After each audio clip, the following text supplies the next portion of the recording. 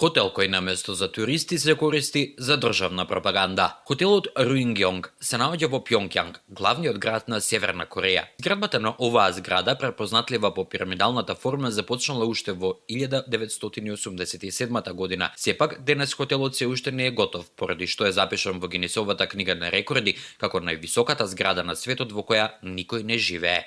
Севернокорејските власти одлучиле да го изградат овој хотел со цел да ја докажат својата супериорност во однос на јужнокорејците, кои пред Олимписките игри во Сеул во 88 година донеле одлука за изградба на облакодер со 63 ката. Специфичниот пирамидален дизајн на хотелот не е избран од естетски, туку од практични причини.